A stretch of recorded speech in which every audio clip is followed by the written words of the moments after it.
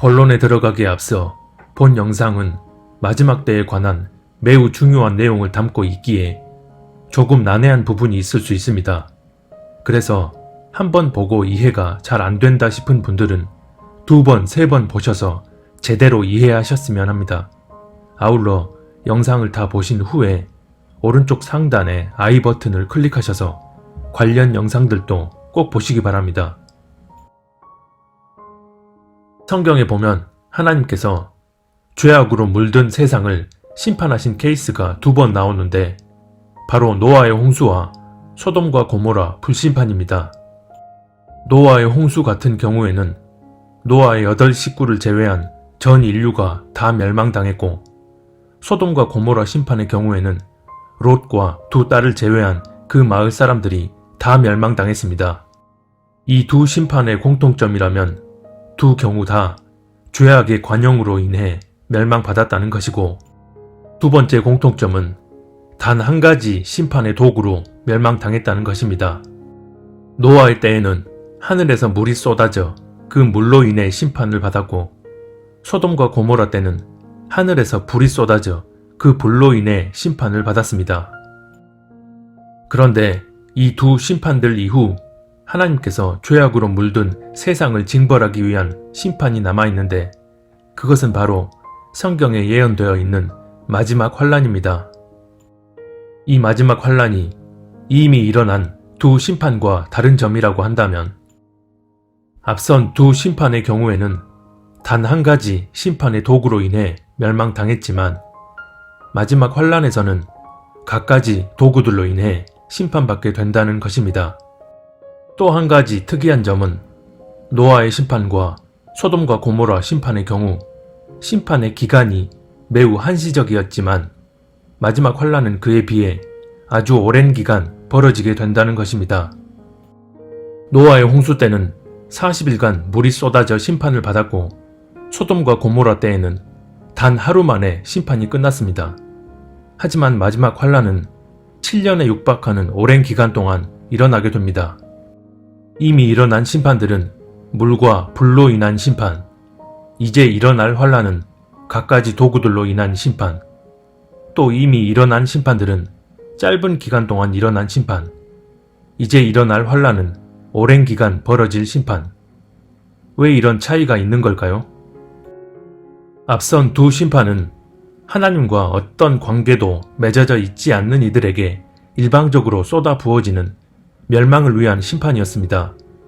그래서 그 가운데 하나님 앞에 온전한 몇몇 사람을 건져내기만 하면 그 다음부터는 일방적인 진노가 쏟아 부어졌습니다. 하지만 곧 일어날 마지막 환란은 하나님과 언약 맺은 수많은 그리스도인들과 다시 회복될 이스라엘이 그 안에 포함되어져 있고, 무엇보다 인류 역사가 종말을 고하고 영원한 하나님 나라가 시작되는 그 연결고리가 이어져 있는 심판이기에, 이런 경우에는 일방적인 진노를 쏟아서 멸하시는 것만이 아니라 그 환란에 속해 있는 언약 관계에 있는 자들의 구원과 회복의 섭리도 함께 들어가는 것입니다. 그래서 이 환란은 기간 자체가 길 수밖에 없고, 이 기간 동안 일어나는 심판의 도구는 멸절만을 목적하는 게 아니라 연단과 회복이 그 목적 안에 포함되어 있기 때문에 이 마지막 환란에는 그만큼 디테일한 하나님의 섭리가 들어있는 것입니다.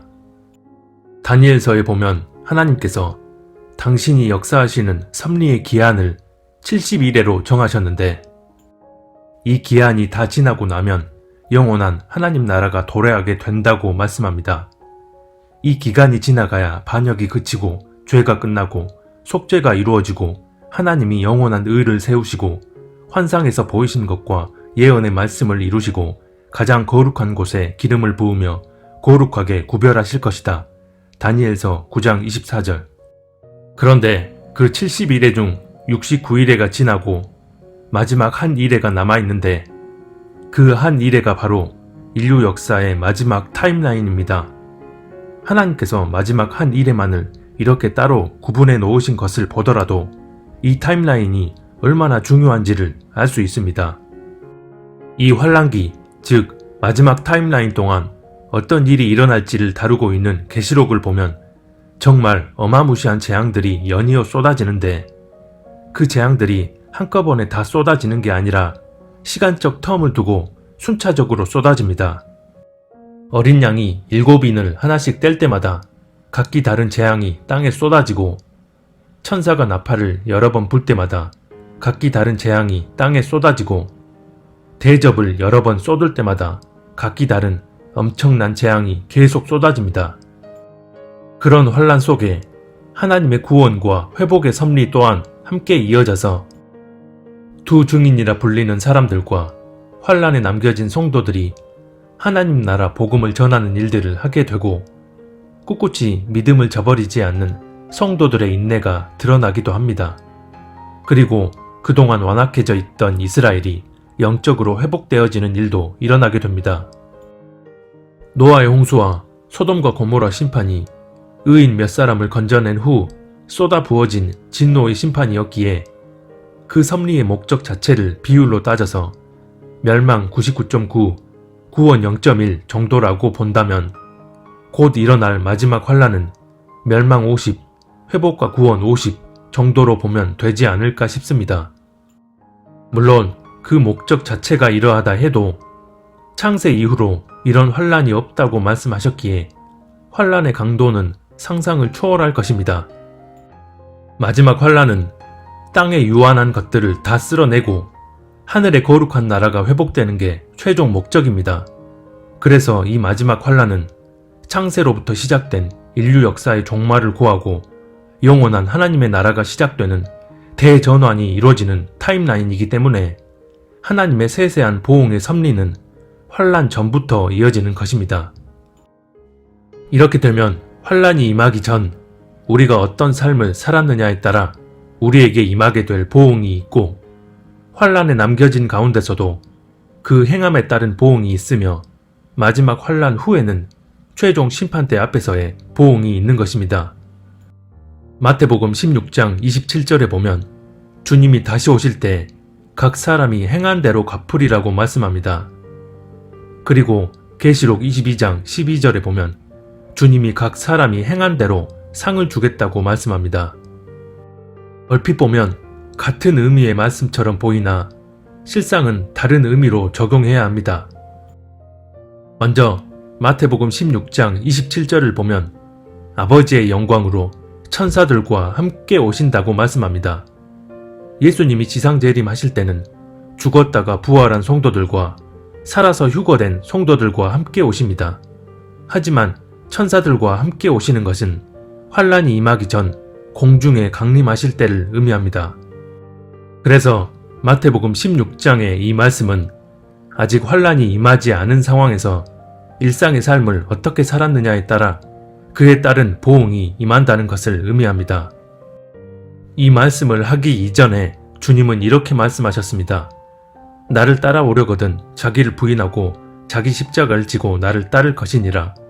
사람이 만일 온 천하를 얻고도 제 목숨을 잃으면 무엇이 유익하리요? 즉 환란 전 일상의 삶 가운데 자기를 부인하고 주님을 온전히 따르지 않으면 그가 살아온 그대로 보응받게 된다는 것입니다. 그렇다면 환란이 임박한 말세 지마를 살고 있는 우리에게 이 말씀을 적용해 본다면 주님을 온전히 따르는 자들은 마지막 환란을 면하게 되지만 그렇지 않은 자들에게는 환란이 허락된다는 것을 의미합니다. 누가복음 21장 36절 말씀이 이를 그대로 대변합니다. 이러므로 너희는 장차 올 이 모든 일을 능히 피하고 인자 앞에 서도록 항상 기도하며 깨어 있으라 하시니라.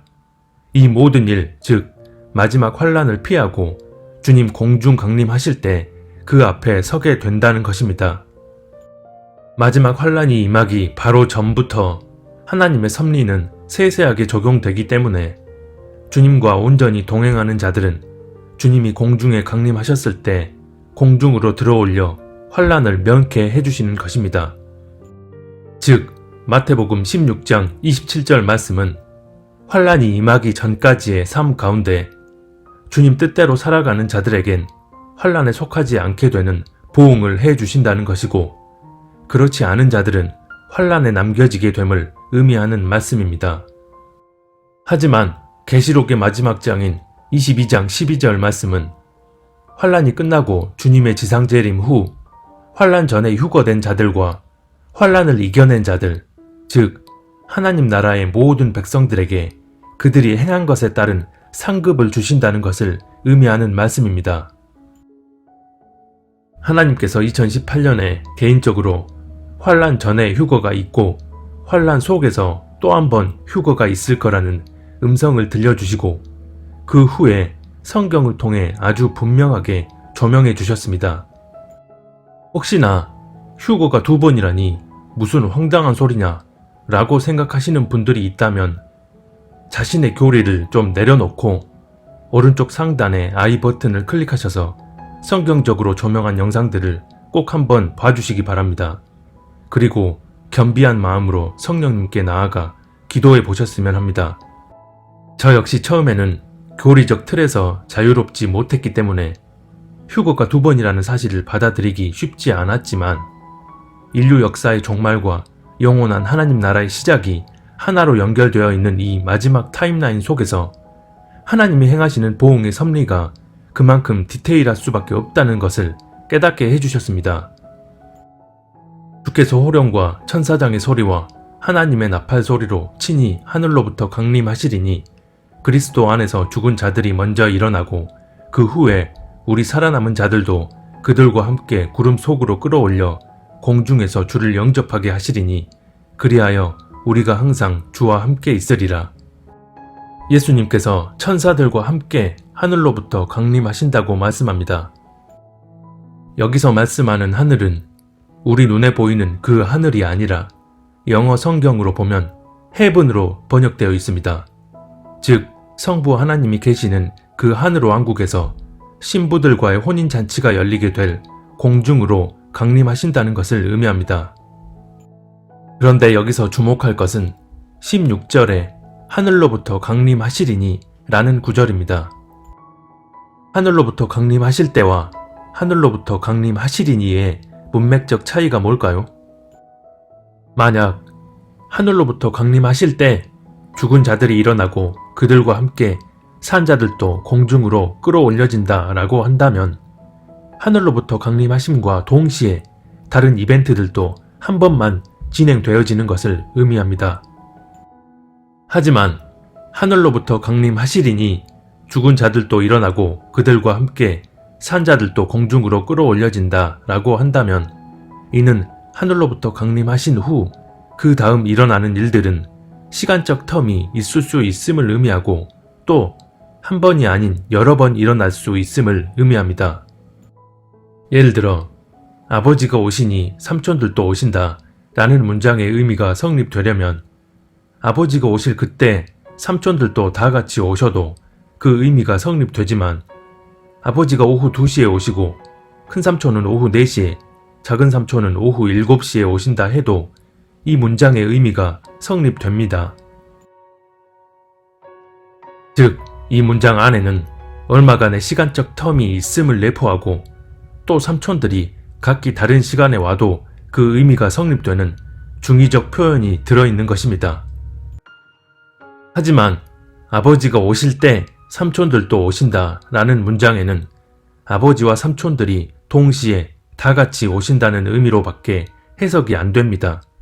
즉, 시간적 텀이 없어야 하고 중의적 의미도 없어야 합니다. 그런데 하늘로부터 강림하시리니 다음에 일어날 이벤트가 나열되어졌다는 것은 어느 정도의 시간적 텀이 있다는 의미로도 해석할 수 있고 또 각기 다른 시간에 여러 번 일어날 수도 있음을 의미합니다. 그래서 주님이 공중으로 강림하시고 얼마간의 시간적 텀이 있은 후 죽은 자들과 함께 산 자들이 들림받는 일이 각기 다른 시간에 2번 일어나더라도 이 말씀의 의미는 얼마든 성립되어집니다. 그런데 많은 경우 이 말씀을 해석할 때 주님이 공중 강림하심과 동시에 휴거가 딱 한 번 일어나는 것으로만 해석함으로써 논쟁의 여지를 남깁니다. 베드로후서 3장 8절에 보면 주께는 하루가 천년 같고 천년이 하루 같다고 말씀합니다.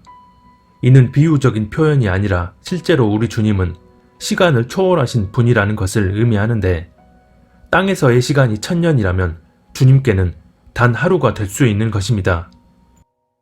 마찬가지로 주님이 강림하신 공중 역시 영계에 속한 곳이기 때문에 우리가 사는 땅에서의 시간 개념과 전혀 다릅니다. 그래서 주님이 강림하신 영계의 공중에서는 주님이 공중 강림하신 후 곧바로 다음 이벤트가 진행되는 것일 수 있지만 시간 개념이 전혀 다른 이 땅에서는 몇 개월 혹은 몇 년 동안 나팔 소리가 산발적으로 들려질 수 있습니다. 그리고 나서 얼마 후 죽은 자들이 일어나고 그들과 함께 살아있는 자들이 공중으로 들림받는 첫 번째 휴거 사건이 발생하게 됩니다. 그리고 또 주목해 볼 것은 고린도전서 15장 51절에서 52절 말씀입니다. 마지막 나팔에 순식간에 호련히 다 변화되리니 나팔 소리가 나매 죽은 자들이 썩지 아니할 것으로 다시 살아나고 우리도 변화되리라. 여기서 말씀하는 마지막 나팔에 대해서도 이런저런 해석들이 많은데 이 말씀 역시 앞서 본 데살로니가전서 4장 말씀과 같은 의미의 말씀으로서 중의적 의미가 포함되어 있습니다. 즉 환란이 임하기 전 주님이 공중 강림하신 후 충분한 시간적 텀이 있는 가운데 나팔 소리가 여러 번 울려지다가 마지막 나팔 소리가 울리고 나면 그동안 주 안에서 죽었던 자들이 살아나고 환란 전 첫 번째 휴거 사건이 일어나게 됩니다. 그리고 계시록 11장에 보면 천사가 7 나팔 중 마지막 나팔을 불기 전에 성전에서 예배하는 자들을 측량하는 일이 있고 그 후에 2 증인과 함께 마지막 복음 전하는 일을 마치게 된 후 천사가 마지막 7번째 나팔을 불게 됩니다. 이때 땅에는 다른 재앙이 쏟아지게 되지만 그 마지막 나팔 소리에 환란에서 죽은 믿음의 성도들이 부활하고 살아서 믿음으로 인내하던 성도들의 환란 중 휴거가 일어나게 됩니다. 만약 휴거가 한 번만 일어난다면 이 말씀에 대한 온전한 이해가 되지 않기 때문에 각기 다른 해석들이 난무하게 됩니다. 하지만 인류 역사상 가장 중요한 마지막 타임라인을 전후로 하나님이 역사하시는 섭리는 우리가 행한 대로 보응하시는 디테일한 섭리가 적용되어짐을 알아야 합니다. 그리고 휴거가 일어나게 된다면 나이 어린 영유아들은 어떻게 되냐고 묻는 분들이 있습니다. 영유아들의 휴거 문제 역시 성경의 예표를 통해 그 답을 찾을 수 있습니다. 어떤 분들은 아주 어린 애들은 하나님이 환란 전에 다 휴거로 데려가신다고 주장하는 경우가 있습니다.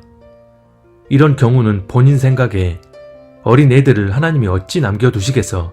라는 인본적 기준에 근거한 것이지 성경적 기준은 아닙니다. 왜냐하면 성경은 오히려 그 반대의 경우만을 얘기하고 있기 때문입니다. 노아의 홍수 당시를 살펴보면 구원받은 사람은 노아의 8식구뿐이었습니다. 당시 그 많은 인구 가운데 영유아들이 없었을까요? 무수히 많이 있었겠지만 그 죄 없는 영유아들 역시 다 멸망당했습니다. 사람들의 죄악이 하늘에 사무쳐서 하나님은 모든 인류를 심판하셨습니다. 소돔과 고모라 심판 때도 마찬가지였습니다. 비록 죄 없는 영유아들이었지만 우리가 다 이해할 수 없는 하나님의 공의의 속성 안에는 이런 일들이 다 포함되어집니다. 그러면 어린아이들 가운데 누가 휴거의 대상이 될까요? 어린아이가 보통 선악을 분간할 수 있는 나이는 4, 5세 정도라고 하지만 실상은 다 다릅니다. 어떤 아이는 5살이 넘었음에도 그런 분별이 안 되는 아이일 수도 있고 어떤 아이는 4살 정도 되었음에도 분별할 수 있는 아이가 있습니다. 이건 전능하신 하나님만 아시는 부분이기에 그나마 우리 수준으로 가늠할 수 있는 것은 특정 나이대 밑의 아이들이 선악을 분별하지 못하는 것으로 분류해 볼 수 있는데 만약 5살을 기준한다면 그 위의 아이들은 본인들의 믿음을 통해 휴거 여부가 결정될 것이고 그 아래의 아이들이 휴거 문제에 있어서는 다른 잣대가 적용될 것입니다. 또 너희가 사로잡히리라 하던 너희의 아이들과 당시에 선악을 분별하지 못하던 너희의 자녀들도 그리로 들어갈 것이라 내가 그 땅을 그들에게 주어 산업이 되게 하리라. 신명기 1장 39절. 이 말씀을 보면 여호수아와 갈렙을 제외하고 하나님께 범죄한 모든 이스라엘 백성들은 약속의 땅 가나안에 들어가지 못하게 되지만 선악을 분별하지 못하는 어린 자녀들은 들어갈 거라고 말씀합니다. 우리가 아는 것처럼 이스라엘 백성들은 하나님과 언약 맺고 택함받은 민족입니다. 이를 통해 알 수 있는 것은 예수 믿고 거듭나 생명책에 그 이름이 기록된 이들의 어린 자녀는 다 휴거의 대상에 포함된다는 것입니다. 그러면 가장 먼저 환난 전에 휴거되는 영유아들의 경우는 당연히 주님과 동행하며 살다가 환난 전에 들림받을 사람들의 어린 자녀들은 함께 들림받게 될 것이고, 비록 환난 전에 들림받지 못하고 환난에 남겨지게 됐지만 생명책에 이름이 기록되어 있고 환난 중 휴거에 포함될 이들이라면 이스라엘 백성이 약속의 땅에 들어가진 못했지만 선악을 분별 못하는 그 자녀들은 들어간 것처럼 그 자녀들은 환난 전에 휴거될 것입니다. 그리고 환난 중 휴거에도 들지 못해 마지막 후 3년 반 대환란에 남겨져 순교를 통해 구원받게 될 이들의 경우 그 어린 자녀들은 환난 중 휴거 때 하나님이 데려가실 것입니다. 이건 어디까지나 이스라엘 백성의 가나안 입성 당시를 예표 삼아 마지막 하나님의 구원의 섭리가 어떻게 적용되어질지를 예상하는 것입니다. 인류 역사의 마지막 타임라인에서 하나님이 행하시는 심판과 구원의 섭리는 아주 디테일하고 섬세하게 진행될 것이기에 이미 일어난 여러 사건들이 예표가 되어 그 마지막 구원의 섭리가 어떠할지를 드러내고 계시는 것입니다. 이제는 마지막 타임라인의 시작이 언제 일어나도 이상하지 않을 만큼 세상의 죄악은 절정에 이르렀고 믿는다는 이들의 타락도 말씀대로 이루어져 가고 있습니다. 이런 현실 속에서 오직 하나님 한 분만을 목적과 소망 삼고 그분의 음성에 청종하며 그분과 동행하는 삶을 살아야 합니다. 하나님은 지금도 우리를 당신의 공중 혼인잔치에 청하고 계십니다. 그 청함을 받은 모두가 온전한 중심으로 주님과 동행하며 택함 받을 수 있기를 바랍니다.